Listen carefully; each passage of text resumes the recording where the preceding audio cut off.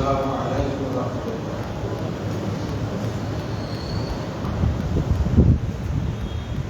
الحمد لله نحمده ونستعينه ونستغفره ونعوذ بالله من شرور أنفسنا ومن سيئات أعمالنا.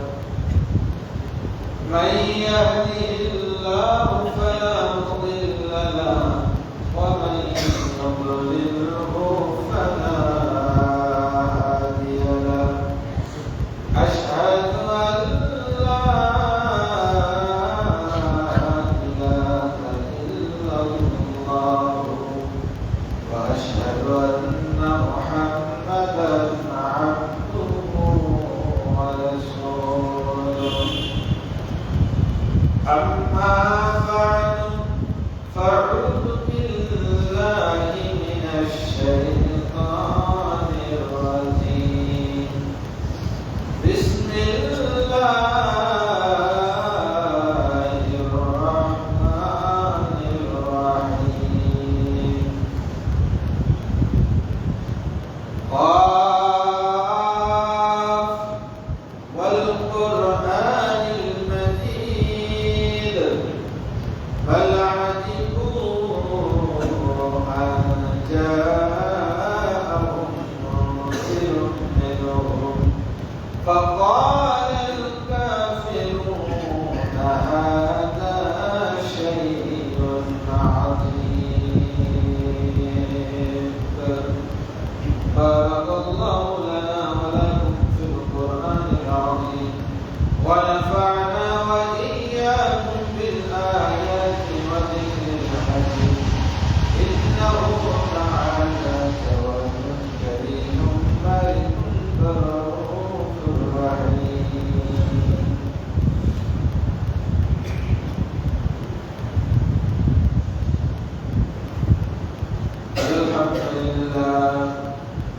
الحمد لله الذي لم يزل عالما قديرا حيا قيوما سميعا بصيرا.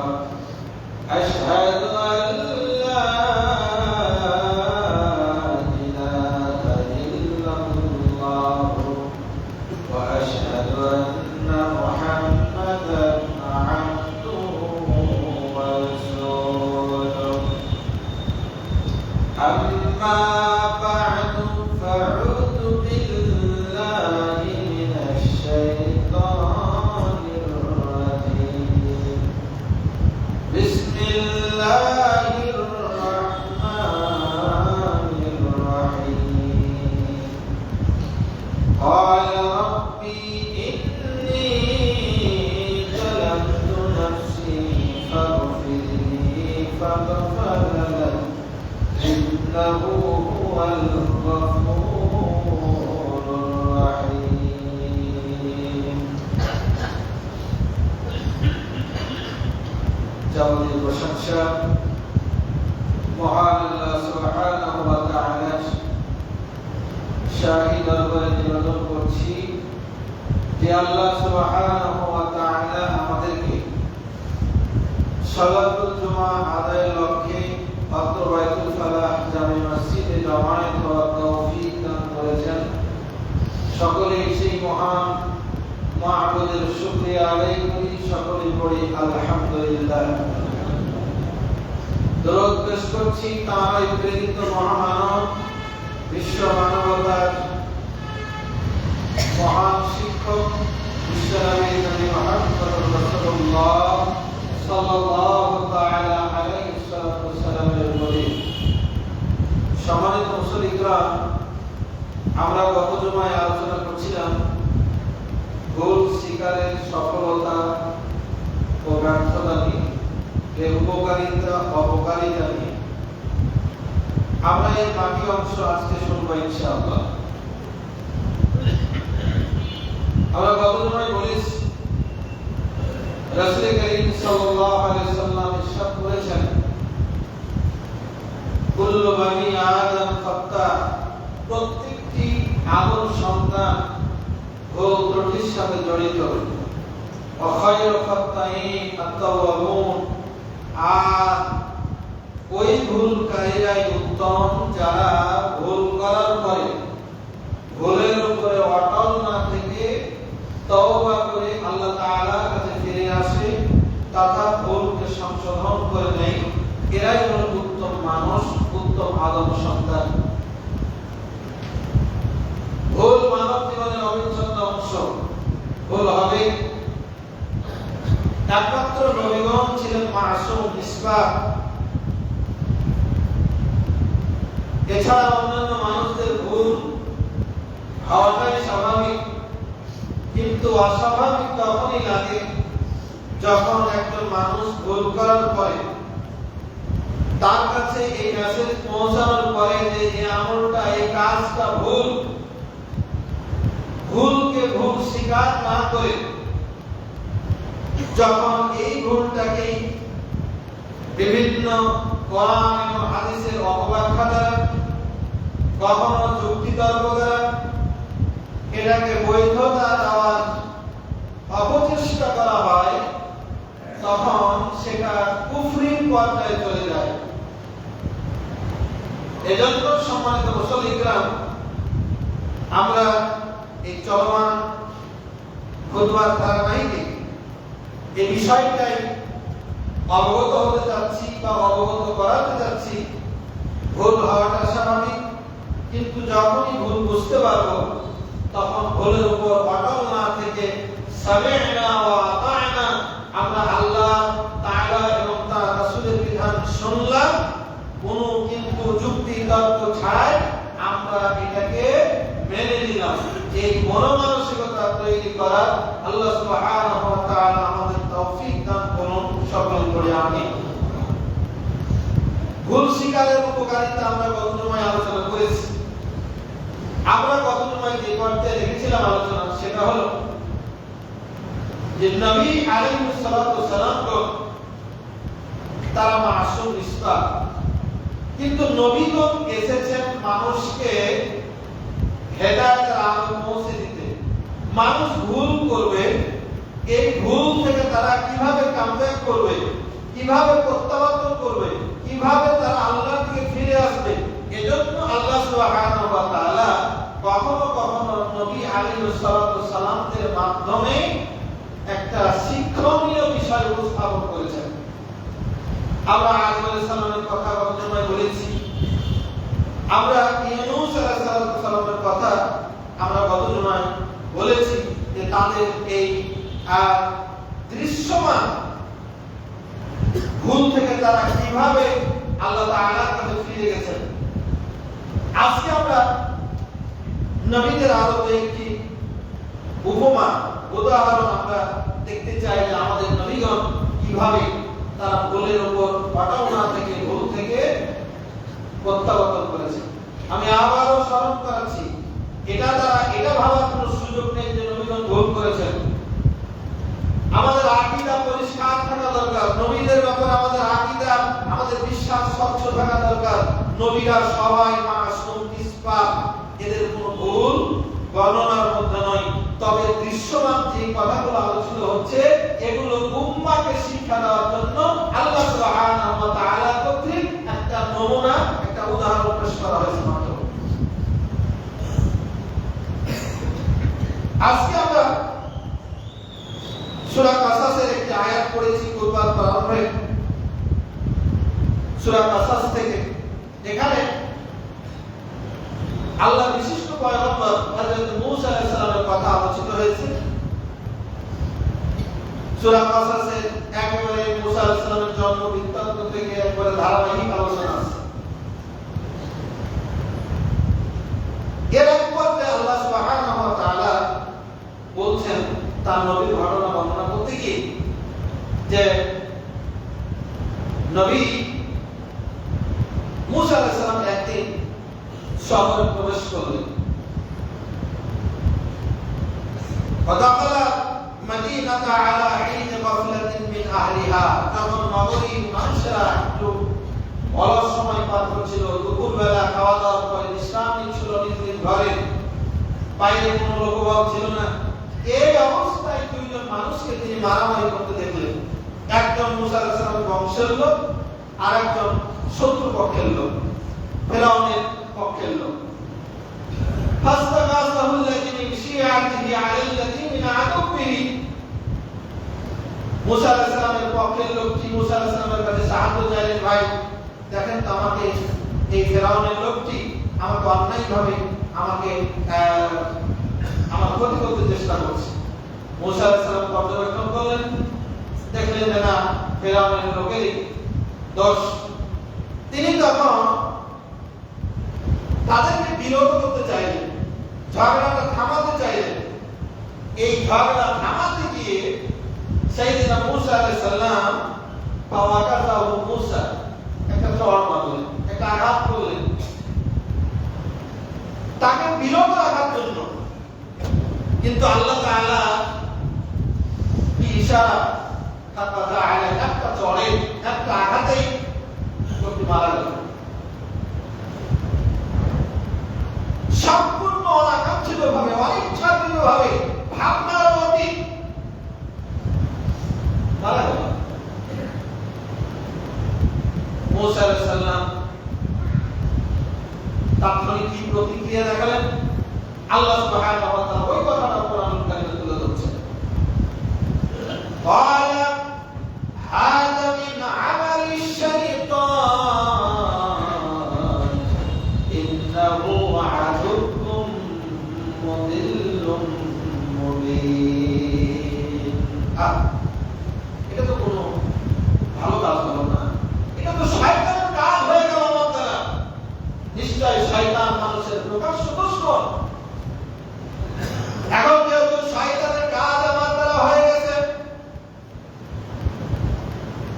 আমি নবী মুসা, তখন তিনি নবী হননি, আমি মুসা এই ভুলের উপর অটল থাকতে পারি না।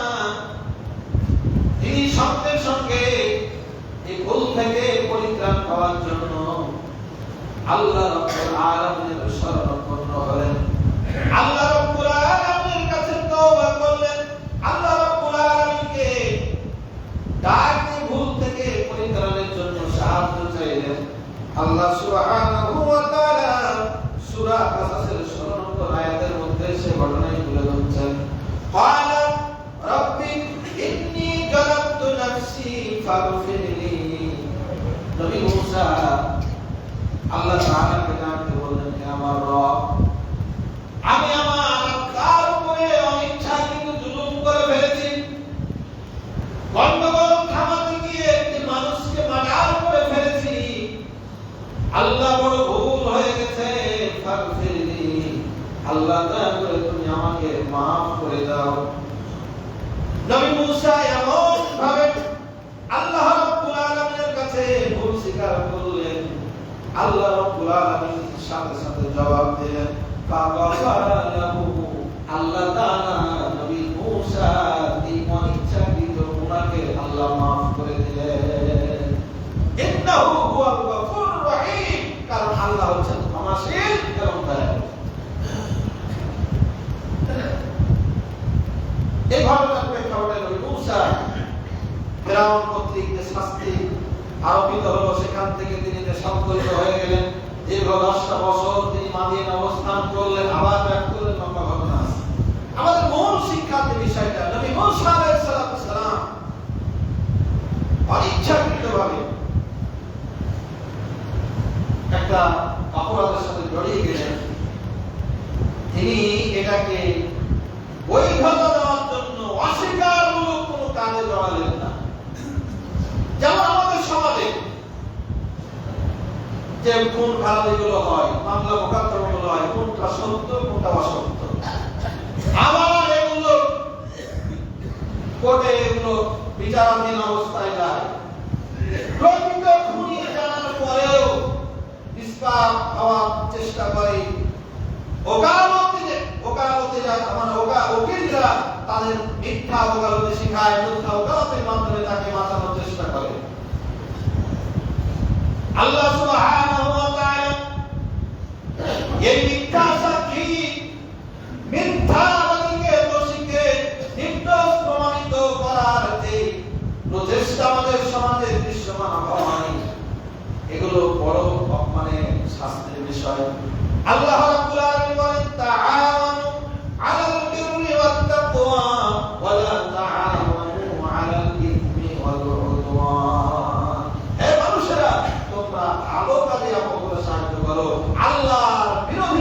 কাজে, সীমা লঙ্ঘনের কাজে কেউ কাউকে সহযোগিতা করো না। একজন দোষীকে নির্দোষ বানাতে যেও না।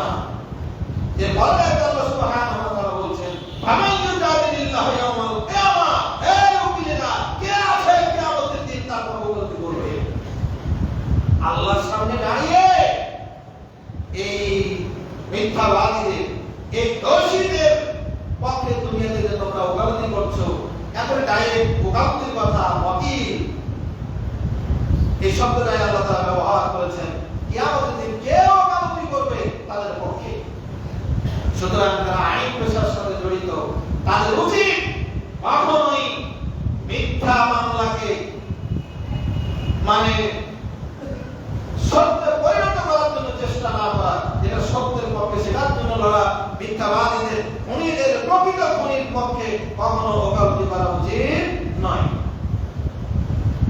যাই হোক, আমরা এই ঘটনা থেকে জানতে পারলাম যে নবী মূসা আলাইহিস সালাম এখানে মিথ্যার আশ্রয় নিলেন না, তিনি এটাকে অস্বীকার করলেন না। কেউ তো দেখেনি সেখানে। যিনি মারা গেছেন সে তো শত্রুপক্ষে, ওখানে একজন লোক, বাকি তো কেউ ঘটনা জানে না। কিন্তু তারপরও তিনি মিথ্যার আশ্রয় দিলেন না, বরং আল্লাহ তাআলার কাছে স্বীকারোক্তি দিয়ে ভুল স্বীকার করে ক্ষমা চাইলেন। আল্লাহ সুবহানাহু ওয়া তাআলা তাকে মাফ করে দিলেন। এজন্য ভুল হলে আমাদের সাথে সাথে তওবা করে আল্লাহর কাছে ফিরে আসা উচিত। নবী মূসা আরেকটা ঘটনা কোরআনুল কারীমে সূরা কাহাফে বর্ণিত হয়েছে। একদিন নবী মূসা আলাইহিস সালাম তার কওমের মাঝে বক্তৃতা করছিলেন। কওমের একজন লোক প্রশ্ন করলেন, নবী মূসা, আমাদের এই বর্তমান পৃথিবীতে সবচেয়ে বড় জ্ঞানী কে? কে বেশি সবচেয়ে জ্ঞানী?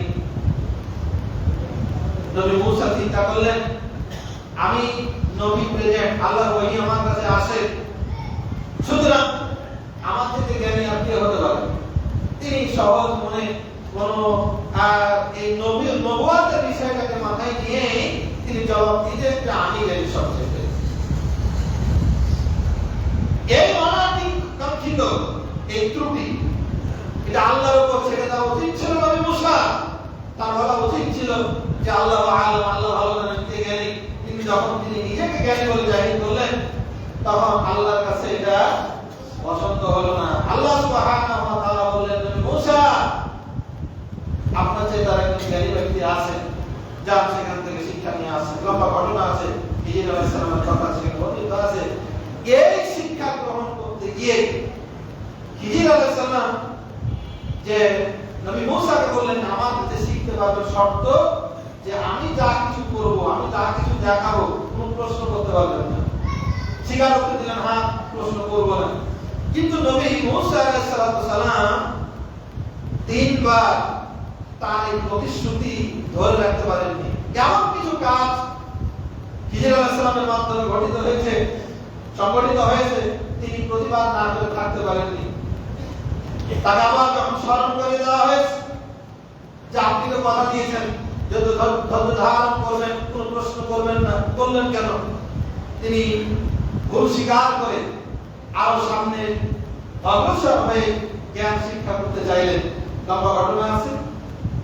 এই ঘটনা দ্বারা আমরা নবী মূসা আলাইহিস সালামের পরীক্ষাকৃত ভুল হওয়ার পরে বিলম্ব না করে সাথে সাথে সেটা থেকে প্রত্যাবর্তন করেছেন, ভুল স্বীকার করেছেন, আল্লাহর সামনে নিজেকে মাথা পেতে দিয়ে তিনি একবারে কমপ্লিট একজন দাসের, কমপ্লিট আল্লাহর গোলামের, কমপ্লিট আল্লাহর একজন বান্দার ভূমিকা অবতীর্ণ হয়েছেন, যা আমাদের জন্য অনুকরণীয়। যে আমরা কোনো ভুলের পক্ষে আমরা দাঁড়াবো না। কোনো ভুল সংঘটিত হয়ে গেলে আমরা সেই ভুলের উপর পাটাও থাকবো না, বরং ভুল আমার সামনে দৃশ্যমান হয়ে গেলে, পরিষ্কার হয়ে গেলে আমরা তওবা করে ফিরে আসবো। এই হোক আমাদের সাধনা, এই হোক আমাদের ইরাদা, এই হোক আমাদের নিয়ম। আল্লাহ তাআলা তৌফিক দান করুন। আল্লাহুম্মা আমিন। এবার আসি আমরা যেই নবীর উম্মাহ সাইয়্যিদিনা মুহাম্মদুর রাসূলুল্লাহ সাল্লাল্লাহু আলাইহি সাল্লাম থেকে আমরা এই বিষয়টি শিক্ষা লাভ করতে পারি। আমাদের নবী মুহাম্মদ রাসূলুল্লাহ সাল্লাল্লাহু আলাইহি ওয়াসাল্লাম বদর যুদ্ধের সময় যুদ্ধের ময়দানে তিনি মুসলিম সাহাবীদেরকে একেবারে কাতার সোজা করছিলেন, যুদ্ধের ট্রেনিং দিচ্ছিলেন, এইভাবে যুদ্ধে তো অগ্রসর হওয়া কাতার সারি করছিলেন। তো সাওয়াদ ইবনে গাজিয়া নামক একজন সাহাবী, তিনি কাতার থেকে একটু সামনে বেরিয়েছিলেন। আল্লাহ রাসূল সাল্লাল্লাহু আলাইহি ওয়াসাল্লাম কাতার সোজা করছেন, আর ওই সাহাবী কাতার ইচ্ছায় অনিচ্ছাকৃত ভাবে তিনি একটু সামনে বেরিয়েছিলেন। তো আল্লাহ নবী সাল্লাল্লাহু আলাইহি সাল্লাম তার হাতে যে তীরটা ছিল এটা দিয়ে তার পেটে একটা খোঁচা দিয়ে সোজা হতে বললেন। লাঠি দিয়ে তীর দিয়ে পেটে একটা আলতো একটা খোঁচা দিয়ে তাকে পিছনে সরে গিয়ে কাতার সোজা হতে বললেন। আল্লাহ নবী সাল্লাল্লাহু আলাইহি সাল্লাম বললেন, ইস্তাবিয়া সাওয়াব, এই সাওয়াব কাতার সোজা করো।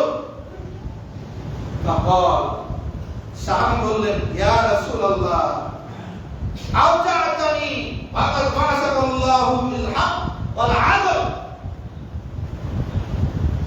ইয়া রাসূলুল্লাহ, আপনি আমাকে আঘাত করলেন, অথচ আল্লাহ সুবহানাহু ওয়া তাআলা আপনাকে সত্য এবং ইনসাফের মানদণ্ড দিয়ে প্রেরণ করেছেন। আপনি সত্য নবী, ইনসাফের নবী হওয়ার পরে আপনি আমাকে এই আঘাতটা না করলেও পারতেন।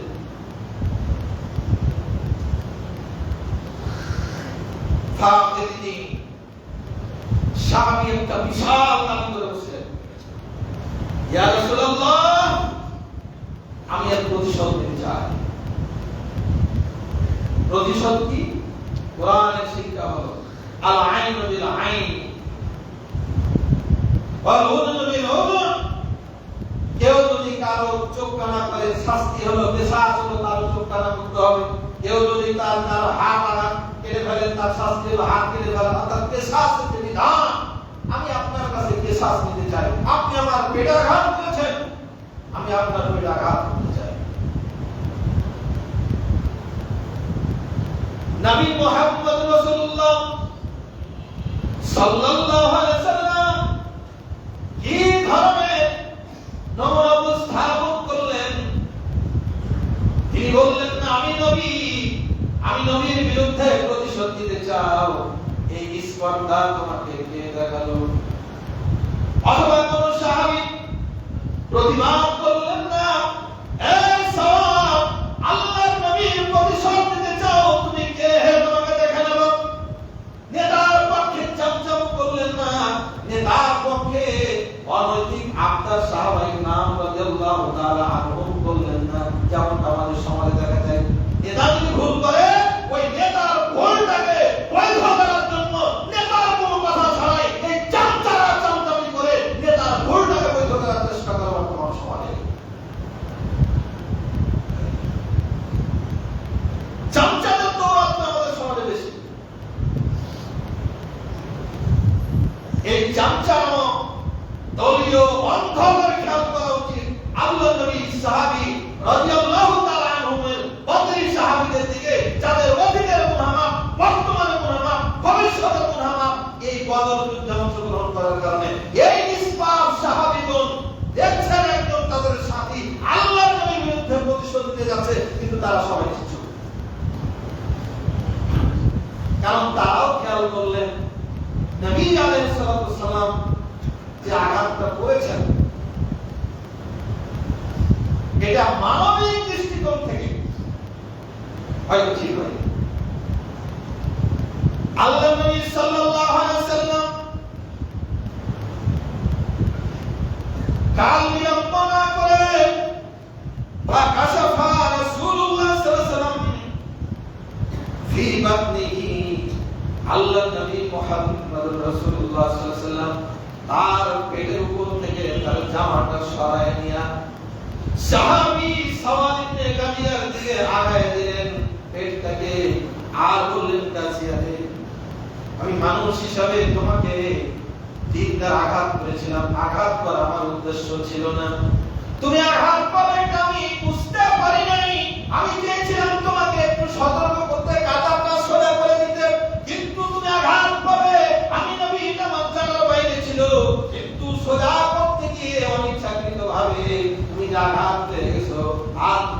প্রতিশোধ নিতে যাচ্ছ, ও আমার সাহাবী তুমি শুনে রাখো, আমি বাধা দেব না।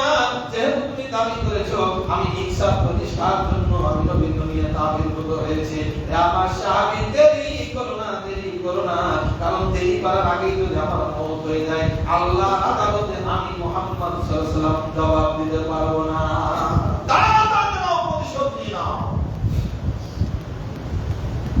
বিশ্বনবী সাল্লাল্লাহু আলাইহি ওয়াসাল্লাম তার পেটের উপর থেকে জামাটা সরাই নিলেন।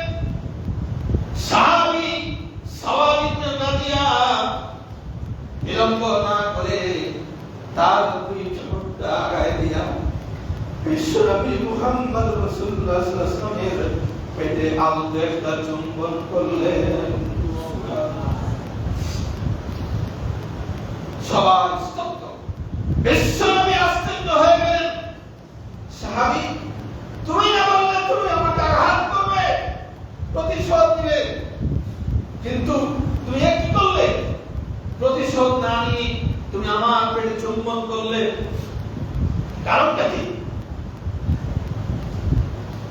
সাহাবী ডাকতে বললেন, ইয়া রাসূলুল্লাহ, ইয়া রাসূলুল্লাহ, আমার বেয়াদবি মাফ করবেন। আপনার থেকে প্রতিশোধ নেওয়ার ইচ্ছা আমার কোনো ছিল না। আপনি আমাদেরকে আক্ষরিক উদ্ধার প্রেরণ করবেন। হতে পারে এই যুদ্ধে আমার শাহাদাত নসিব হয়ে যেতে পারে, শহীদ হয়ে যেতে পারে, কিন্তু আমি চাই যুদ্ধে প্রেরণ করে এমন একটা অবস্থানে যেতে চাই আপনার শরীরের সাথে আমার এই ঠোঁটটা স্পর্শ করে ঈমানি চেতনা নিয়ে আমি অগ্রসর হতে পারি। এর জন্য আপনার পেটে চুম্বনটা করলাম। এই আমি একটু এই কৌশলটা অবলম্বন করলাম। ইয়া রাসূলুল্লাহ, আপনি মাফ করবেন, আমি আপনাকে আঘাত করতে চাইনি, আপনার শরীরের আমি একটু ছোঁয়া নিতে চেয়েছি। রাসূল সাল্লাল্লাহু আলাইহি ওয়াসাল্লাম তাআর খায়র তার জন্য বারাকাতের দোয়া করলেন। রাসূল সাল্লাল্লাহু আলাইহি ওয়াসাল্লাম তার জন্য বারাকাতের দোয়া করলেন। আল্লাহ নবী সাল্লাল্লাহু আলাইহি ওয়াসাল্লামের দোয়ায় তিনি যুদ্ধের রণাঙ্গনে শামিল হয়ে গেলেন এবং তিনি শাহাদাতের অমীয় সুধা পান করে জান্নাতবাসী হয়ে গেলেন। আলহামদুলিল্লাহ। ঘটনাটা পাবেন বিখ্যাত তারিখের গ্রন্থ সিরাত ইবনে হিশামের প্রথম খণ্ডের 626 পৃষ্ঠায়, বেদায়া এবং নিহায়া গ্রন্থের তৃতীয় খণ্ডের 251 নম্বর পৃষ্ঠায়। আমরা অনেকেই নবীর উম্মত দাবি করি, আমরা অনেকেই রাসূলের উম্মত দাবি করি, আল্লাহর নবীর আদর্শ জীবনের সমাজে বাস্তবায়ন করতে চাই, কিন্তু আমরা রাসূল সাল্লাল্লাহু আলাইহি ওয়াসাল্লামের জীবনী আমরা পড়ি না। আমি অনুরোধ করব প্রতিটি মুসলমান যারা নবী মুহাম্মদ সাল্লাল্লাহু আলাইহি ওয়াসাল্লামের অনুসরণের দাবি করেন, উম্মতের দাবি করেন, প্রত্যেকটা বাড়িতে একটা করে সিরাতের গ্রন্থ থাকা দরকার। একটা করে নবী মুহাম্মদ সাল্লাল্লাহু আলাইহি ওয়াসাল্লামের জীবনীমূলক বিশুদ্ধ গ্রন্থ থাকা দরকার। নবী মুহাম্মদ সাল্লাল্লাহু আলাইহি ওয়াসাল্লামের অনেক বিদাতি অতিরঞ্জিত কথাযুক্ত বাংলা কিতাব আছে, ওগুলো না, যেগুলো অথেন্টিক, যেগুলো বিশুদ্ধতার নিরিখে উত্তীর্ণ, এমন কিছু বই আপনারা আপনাদের সংগ্রহে রাখবেন। কোনগুলো কিতাবের প্রয়োজনে পরবর্তীতে আমার কাছে জেনে নিতে পারেন, আমি বলবো ইনশাআল্লাহ। আজকে যেটা উদ্ধৃতি দিলাম সিরাত ইবনে হিশাম এবং আল বিদায়া ওয়া নিহায়া, তার মধ্যে অন্যতম সিরাত ইবনে হিশামের বাংলা অনুবাদ আছে কিনা জানি না, এটা মূল কপি আছে আরবিতে আমার কাছে, বিদায়া নিহায়া আছে মূল কপি, কিন্তু বিদায়া নিহায়া এটা বাংলা অনুবাদ বাজারে আছে, আমার জানা আছে, আপনারা এটা ক্রয় করবেন। নবীদের ইতিহাস প্রকৃত শিক্ষাগুলো শিক্ষা গ্রহণ করার চেষ্টা করবেন ইনশাআল্লাহ। তো সম্মানিত উপস্থিতি, নবী মুহাম্মদ রাসূলুল্লাহ সাল্লাল্লাহু আলাইহি ওয়াসাল্লামের এই ঘটনা দ্বারা আমরা কি শিখলাম? সূক্ষ্ম অনিচ্ছাকৃত একটা ভুল নবী মুহাম্মদ সাল্লাল্লাহু আলাইহি ওয়াসাল্লামের দ্বারা দৃশ্যমান হলো। সাহাবায়ে কেরামদের মধ্যে যার তিনি এটা প্রতিশোধ নিতে চাইলেন, নবী মুহাম্মদ সাল্লাল্লাহু আলাইহি ওয়াসাল্লাম ভুলের উপর অটল থেকে তাকে শায়েস্তা করতে চাইলেন না, তার কোনো ক্ষতিও করতে চাইলেন না, বরং তিনি স্বেচ্ছায় ভুল স্বীকার করে নিজের পেটকে উন্মুক্ত করে দিলেন কিসাস গ্রহণের জন্য, শাস্তি গ্রহণের জন্য। সুবহানাল্লাহ। আমরা এই ঘটনা থেকে যদি শিক্ষা নিয়ে আমরা প্রত্যেকেই মুহাম্মদ রাসূলুল্লাহ সাল্লাল্লাহু আলাইহি ওয়াসাল্লামের অনুসারী হতে পারি, তাহলে আমাদের এই সামাজিক অবস্থাটা এমন থাকতো না, আর এত ভুলে ভুলে লড়ালড়ি হতো না, আমাদের সমাজটা সুন্দর হতো এবং পরকালীন জীবনে আমরা নাজাত পেতাম ইনশাআল্লাহ। 2 নম্বর নমুনা মুহাম্মদ সাল্লাল্লাহু আলাইহি ওয়াসাল্লামের জীবনী থেকে আরেকটা পেশ করি। মুসলিম শরীফের হাদিস মিশকাতের 147 নম্বর হাদিসে এটি সংকলিত হয়েছে। রাফি ইবনে খাদিজ রাদিয়াল্লাহু তাআলা আনহু হাদিসের বর্ণনা করে বলছেন যে কাদিমা নবিয়ুল্লাহ সাল্লাল্লাহু আলাইহি ওয়াসাল্লাম আল মদিনা, আল্লাহ নবী সাল্লাল্লাহু আলাইহি ওয়াসাল্লাম যখন মদিনায় হিজরত করে আসলেন, তিনি গিয়ে দেখলেন ওয়াহুম ইয়াকুলুনা নাখলা, সাহাবায়ে কেরাম মদিনার লোকেরা খেজুর গাছের তাবিল করতেন। তাবিল মানে হচ্ছে জটা গাছের জট নিয়ে যে গাছে খেজুর ধরতো ওই গাছের এই চাকের সামনে মানে যে ফল ধরার কাঁদি এটাতে ঘষাঘষি দিতেন, অথবা জটাটা এই খেজুর গাছের চিড়ের মধ্যে ঢুকাই দিতেন, পরাগায়ন করতেন। মানে জট গাছের, নর গাছের, বেটা গাছের মানে অংশ নিয়ে যে গাছের ফল ধরে ওই গাছে এটাকে পরাগায়ন করতেন, সংমিশ্রণ করার চেষ্টা করতেন। ফাকাল আম্মা তাসনাউ, আল্লাহ নবী সাল্লাল্লাহু আলাইহি ওয়াসাল্লাম বলছেন, এই সাহাবীরা তোমরা এটা কি করছো? ক্বালু, সাহাবীরা বললেন, কুননা নাসনাউ, আমরা তো জাহিলি যুগ থেকে আগে থেকে এটা করে আসি, আর এতে ফলন ভালো হয়। ক্বালা, আল্লাহ নবী সাল্লাল্লাহু আলাইহি ওয়াসাল্লাম বললেন, লাআল্লাকুম লাউ লাম তাফআলু কানা খায়রান, যদি তোমরা এটা না করতে তাহলে মনে হয় ভালো হতো। যদি তোমরা এটা না করতে, কারণ বেটা গাছের জট নিয়ে বেটি গাছের সাথে প্রবেশ করালে বা ঘষা দিলে ফল ভালো হয়, এটা মনে হয় ভালো নয়, এটা বর্জন করলেই ভালো হবে। ফাতারাকু, আল্লাহ নবী সাল্লাল্লাহু আলাইহি ওয়াসাল্লামের পরামর্শ পেয়ে তারা এটা বর্জন করলো, এই খেজুর গাছের তাবিল করা থেকে বিরত থাকলো। ফাতাকাসা, কিন্তু আশ্চর্যজনক ভালো লাগালো, পরবর্তী বছর ফল হলো না, ফল কমে গেল। ক্বালা ফাযাকারু যালিকা লাহু, আল্লাহ নবী সাহাবীরা এবার রাসূল সাল্লাল্লাহু আলাইহি ওয়াসাল্লামের কাছে বললেন, ইয়া রাসূলুল্লাহ, আমাদের কাছে তো ফল ভালো হলো, কিন্তু আপনি আমাদেরকে এই তাবিল করতে নিষেধ করলেন, আর আমরা বর্জন করলাম, এবার তো গাছের ফল হলো না, এখন আমাদের করণীয় কি? ক্বালু, আল্লাহ রাসূল সাল্লাল্লাহু আলাইহি ওয়াসাল্লাম বললেন, ইন্নামা আনা বাশার, হে আমার সাহাবীরা শোনো, আমি মূলত একজন মানুষ, আমি মূলত একজন মানুষ। ইযা আমারতুকুম বিশাইইন মিন আমরি দীনিকুম ফাখুযুহু বিহি, আমি যখন দ্বীনের ব্যাপারে, ইবাদতের ব্যাপারে, শরীয়তের ব্যাপারে যখন কোনো আদেশ করব, ফাখুযুহু বিহি, এটাকে দৃঢ়ভাবে আঁকড়ে ধরো। অন্য হাদিসে জাআতু আলাইহা বিন নাওয়াজির, দাঁতে কামড়ে ধরো। ওয়াইদা আমারতুকুম বিশাইইন মিন রাই, আর যদি আমি কোনো কথা আমার নিজস্ব মতামতের আলোকে ব্যক্ত করে থাকি, ফাইন্নামা আনা বাশার, তাহলে আমি তো মানুষ, তথা আমার ভুল হতেই পারে, এটা আমল করতে হবে এমন করে নয়। অর্থাৎ এই কথা দ্বারা রাসূল সাল্লাল্লাহু আলাইহি ওয়াসাল্লাম তাদেরকে আবার তাবিল করার অনুমতি দিলেন। অর্থাৎ দৃশ্যমান জাগতিক একটা ভুল নবী মুহাম্মদ সাল্লাল্লাহু আলাইহি ওয়াসাল্লামের মানুষ হিসাবে পরিলক্ষিত হলো, এটা শরীয়তের কোনো বিষয় নয়, জাগতিক একটা বিষয়। এটার ফলাফল ভালো না হওয়ার কারণে রাসূল সাল্লাল্লাহু আলাইহি ওয়াসাল্লাম তার মতামতটাকে চেঞ্জ করে দিলেন। আল্লাহ নবী সাল্লাল্লাহু আলাইহি ওয়াসাল্লামের এই যে শিক্ষা আমরা যদি গ্রহণ করি, তাহলে আমাদের সমাজটা ভালো হয়। আমরা জাগতিক কারণে অনেক সময় অনেক সিদ্ধান্ত নিয়ে থাকি, যদি ভুল হয় তাহলে আমার দল এটা সিদ্ধান্ত নিয়েছে, আমার নেতা, আমার গোত্র প্রধান, আমার সমাজ এটা সিদ্ধান্ত নিয়েছে, সুতরাং এই সিদ্ধান্তের নকল করা যাবে না, এই যে আমরা বোম মেরে ধরে থাকি, আমারটাই ঠিক, এটা ঠিক নয়। মানবিক কল্যাণে জাগতিক বিষয় অনেক কিছু ভুল হলে সংশোধন করা উচিত, এটা এই হাদিস থেকে আমরা শিখতে পারলাম। নবী মুহাম্মদ সাল্লাল্লাহু আলাইহি ওয়াসাল্লামের আরেকটা আমল, ভুল থেকে কিভাবে রুজু করতেন, এটা বলে খুতবা শেষ করব ইনশাআল্লাহ। আল্লাহ রাসূল সাল্লাল্লাহু আলাইহি ওয়াসাল্লাম যেহেতু সময় হয়ে আসছে, আল্লাহ রাসূল সাল্লাল্লাহু আলাইহি ওয়াসাল্লাম সহিহ বুখারী 8টা হাদিসে, সহিহ বুখারীর এই হাদিসটা বুখারী শরীফের 7-8 জায়গাতে একই হাদিস বারবার কিছু কম বেশি করে এসেছে। বুখারী শরীফের 482, 714, 715, 1227, 1228, 1229 এই হাদিসগুলোতে একই হাদিস মানে বারবার আসছে। এভাবে আবু হুরায়রা রাদিয়াল্লাহু তাআলা আনহু বলছেন যে আমরা সাল্লাল্লাহু নবী সাল্লাল্লাহু আলাইহি ওয়াসাল্লাম, আল্লাহ নবী সাল্লাল্লাহু আলাইহি ওয়াসাল্লাম আমাদেরকে ইহদা সালাতুল আসর রাকাতাইনি, আমাদেরকে আল্লাহ রাসূল সাল্লাল্লাহু আলাইহি ওয়াসাল্লাম মানে বিকাল বেলা নামাজ 2 রাকাত পড়ালেন। অন্য হাদিসে এটারই সালাতুল আসর, আসরের নামাজ আল্লাহ নবী সাল্লাল্লাহু আলাইহি ওয়াসাল্লাম পড়ালেন রাকাতাইনি।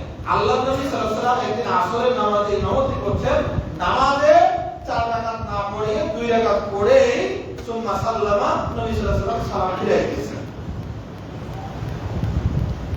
সুম্মা কামা ইলা খাসাবাতিন মিন মুকাদ্দামাতিল মসজিদ, সালাম ফিরিয়ে দিয়া মসজিদ থেকে বের হয়ে মসজিদের সামনে একটা কাঠ আছে, আল্লাহ নবী সাল্লাল্লাহু আলাইহি ওয়াসাল্লাম মসজিদের সামনে ফাওয়াজাদা ইয়াদাহু আলাইহা, আল্লাহ নবী ওই কাঠের উপর হাত দিয়ে দাঁড়িয়ে আছেন। ইতিমধ্যে সাহাবায়ে কিরামদের মধ্যে যাদের তারা ছিল চলে যাচ্ছেন, আর ওই সাহাবীদের মধ্যে আবু বকর, ওমর রাদিয়াল্লাহু তাআলা আনহুমা তারা ছিলেন। ফাহাবা আইয়ুকাল্লিমাহু, তারা সবাই ভয় পাচ্ছেন নবী সাল্লাল্লাহু আলাইহি ওয়াসাল্লামের সাথে এই ব্যাপারে কথা বলতে। নবী সাল্লাল্লাহু আলাইহি ওয়াসাল্লাম 4 রাকাত নামাজ 2 রাকাত পড়িয়ে দিয়েছেন, এটা যে মানে বলবেন কিছু, সাহাবায়ে কিরাম কথা বলতে ভয় পাচ্ছেন। ওয়ারাজুলুন ইয়াদুরুন নবী সাল্লাল্লাহু আলাইহি ওয়াসাল্লাম জুলিয়া দেন, একজন সাহাবী ছিল, তার হাত দুটো তুলনামূলক একটু বড়, এজন্য আল্লাহ রাসূল সাল্লাল্লাহু আলাইহি ওয়াসাল্লাম তাকে আদর করে বলতেন জুলিয়া দেন, এই তুই হাতওয়ালা, এভাবে ডাকতেন মহব্বত করে।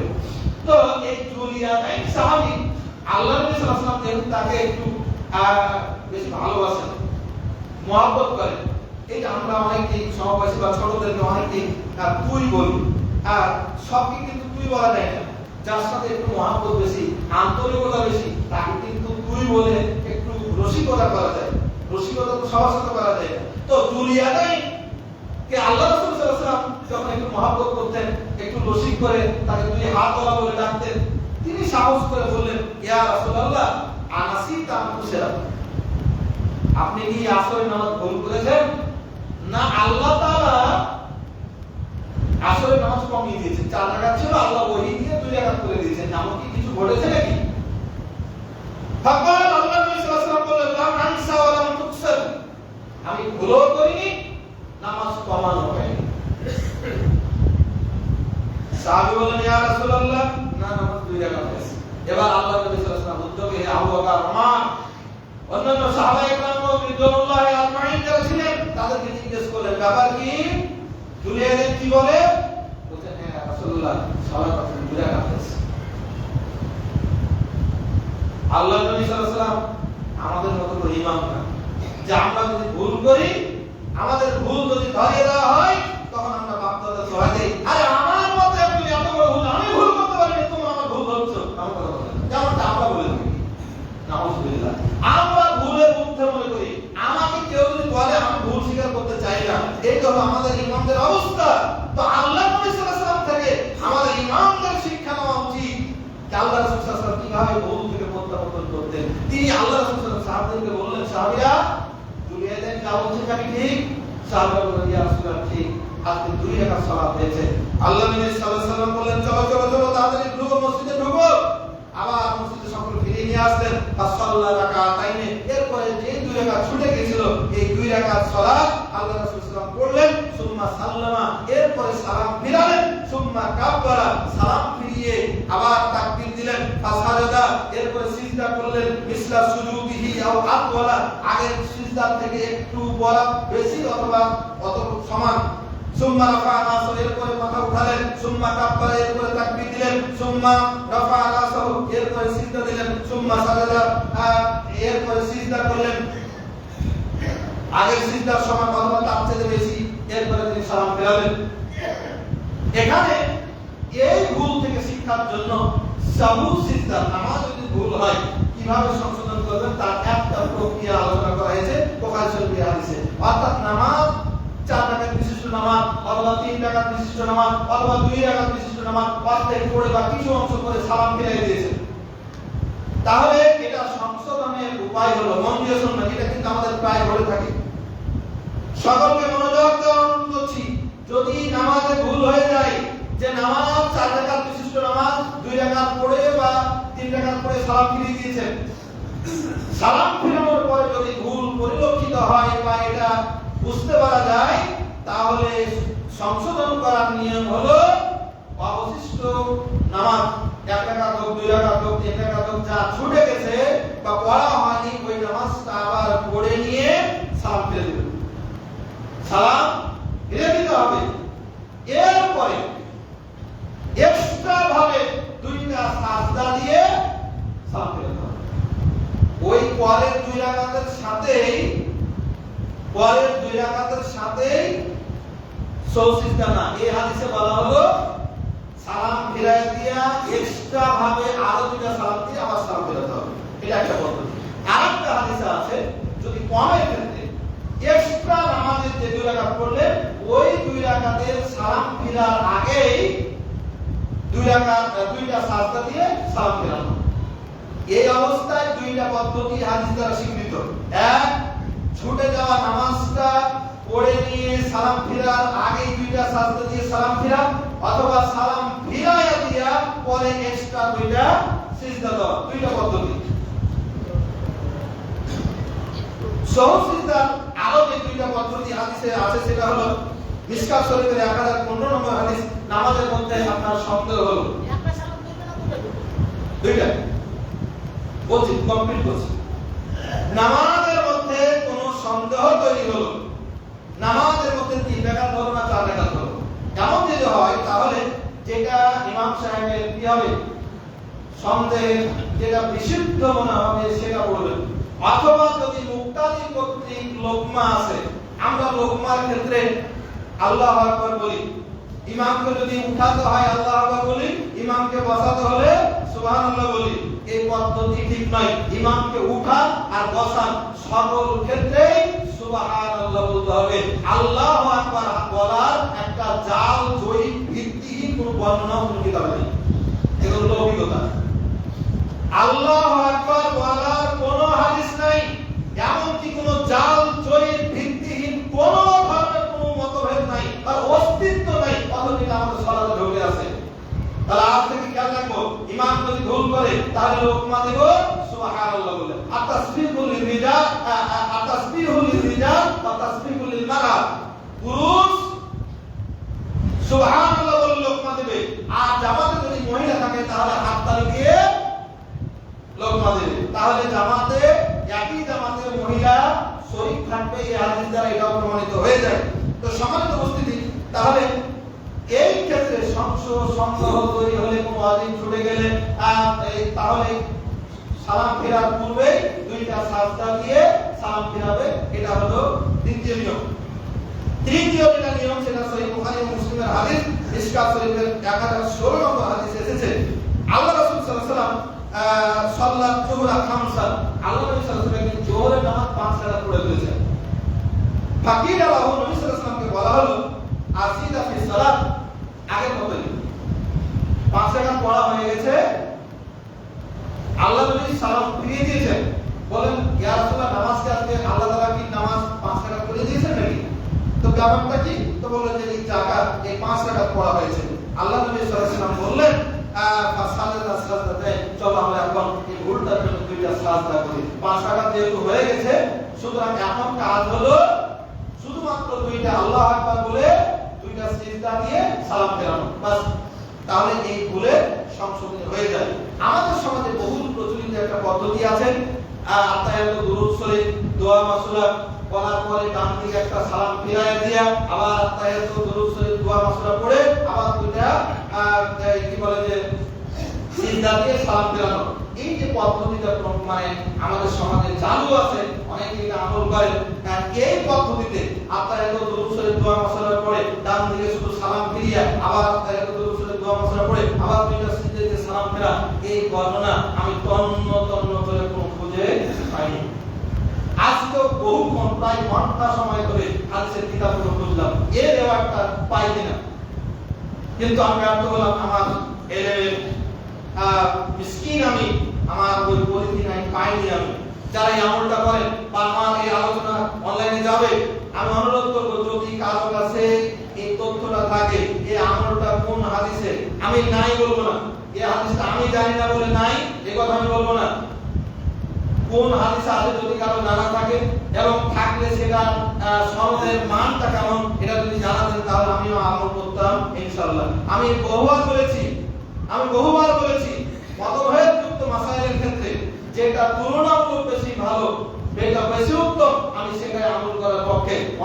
মতভেদ অনেক মাসালাতে আছে, এই মতভেদযুক্ত মাসালার ক্ষেত্রে যেটা অধিক শক্তিশালী, অধিক রিওয়ায়াত যেটার পক্ষে পাওয়া যায় ওটাই আমি আমল করার পক্ষে। এই যে রিওয়ায়াতটা আছে সালামে একদিকে সালাম ফিরিয়ে আবার এই পদ্ধতি আমি খুঁজে পাইনি। যদি কারো জানা থাকে জানাবেন। যদি হাদিস বিশুদ্ধ হয়, সঠিক প্রমাণ থাকে, আমি আমল করব। আপনাদেরকে তখন আমল করার জন্য পরবর্তী কোনো খুতবাই আমি পেয়ে গেলে বলবো ইনশাআল্লাহ। তো সম্মানিত উপস্থিতি, যেহেতু সময় হয়ে গেছে আলোচনা করব না, নবী করিম সাল্লাল্লাহু আলাইহি ওয়াসাল্লামের এই হাদিসগুলো থেকে আমরা জানতে পারলাম নবী করিম সাল্লাল্লাহু আলাইহি ওয়াসাল্লাম সালাতের মধ্যে, সালাতের বাইরে, ইবাদতের ক্ষেত্রে, ইবাদতের বাইরে জাগতিক বিষয় অনেক কিছু দৃশ্যমান ভুল আল্লাহ তাআলা সংগঠন ঘটিয়ে দিয়ে উম্মাহ কিভাবে স্বীকারোক্তি করবে, উম্মাহ কিভাবে স্বীকার করবে, উম্মাহ কিভাবে সংশোধিত হবে, এটা রাসূল মুহাম্মদ সাল্লাল্লাহু আলাইহি ওয়াসাল্লাম দ্বারা আল্লাহ শিখিয়ে দিয়েছেন। আল্লাহ সুবহানাহু ওয়া তাআলা আমাদের সকলকে এইভাবে সংশোধিত হওয়ার তৌফিক দান করুন। ভুল হয়ে গেলে ভুলের উপর অটল না থেকে ভুলকে স্বীকার করে নিয়ে কোরআন এবং হাদিসে যেভাবে ভুলকে স্বীকার করতে হয়, ফিরে আসতে হয় সঠিকের পথে, এইভাবে আল্লাহ তাআলা আমাদেরকে ফিরে আসার তৌফিক দান করুন। আল্লাহুম্মা আমিন। চেয়েছিলাম আজকে এই পর্বটা শেষ করে দিতে, কিন্তু সাহাবায়ে কেরামদেরও কিছু নমুনা আছে যে সাহাবায়ে কেরাম ভুল হলে কিভাবে রুজু করতেন, এই কিছু ঘটনা আছে, এগুলো না বলে শেষ করতে পারছি না। এই জন্য ইনশাআল্লাহ তৃতীয় পর্ব হিসাবে আগামী জুমায় এর বাকি অংশ শেষ করব। সাহাবীদের আমলগুলো আমরা দেখব কিভাবে তারা ভুল করলে ভুল থেকে ফিরে আসতেন। আমরা সেটা আল্লাহ তাআলা আমাদের সকলকে ভালো রাখুন।